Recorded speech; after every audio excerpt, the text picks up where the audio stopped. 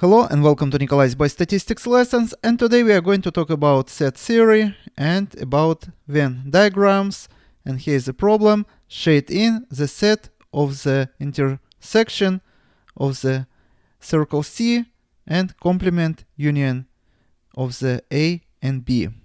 Here is the union of A and B. Let me fill with the color. But pay attention that we are looking for complement, and complement is going to be the area outside of this union. So this is going to be complement of union A and B. All the space shown with yellow color.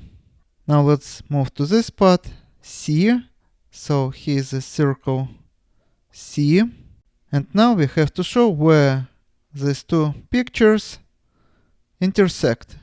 And as you see, the only sector where both pictures change colors is going to be this sector here, which I will show you with red color on the third picture.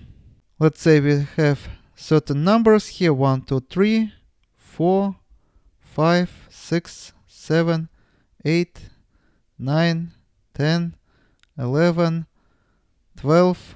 Our set would include only one number, 11. And this is all for today. Subscribe and see you in the next video. Goodbye.